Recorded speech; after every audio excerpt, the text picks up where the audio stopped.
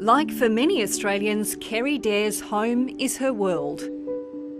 It is quiet, it's peaceful, it has my garden, it has my piano, it has my dog.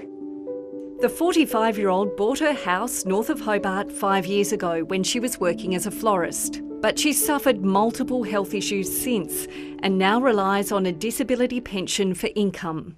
There's days where I need to ring my father to get help getting out of bed physically. I can go for a week without showering sometimes because it's physically not possible.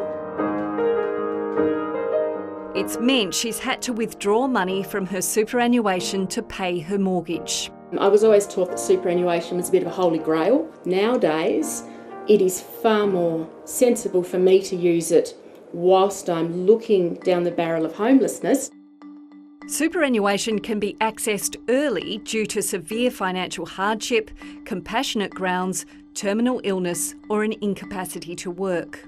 With interest rates on the rise, it's expected more Australians will find themselves in financial stress and qualify to access some of their super early. Superannuation is something that people are increasingly looking to already to help deal with that mortgage stress that they're under. But rather than wait for the worst to happen, should people be given greater freedom to tap into their super?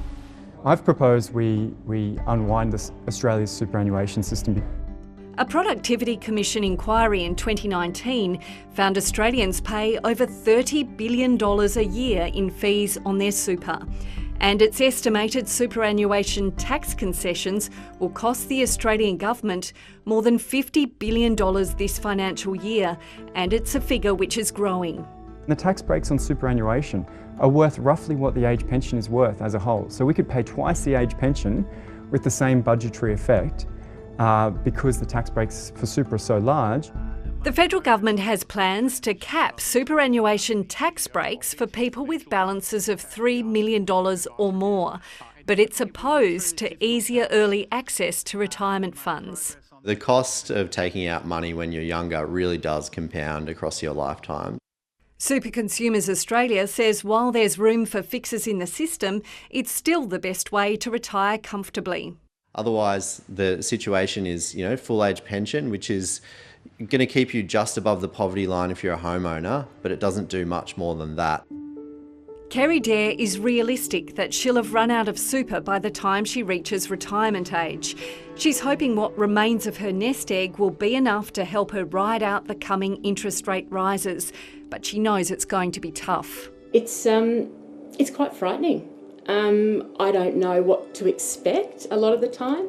If I think about the future, I do not know what that holds. I try and not think about it. I actively try and not think about it.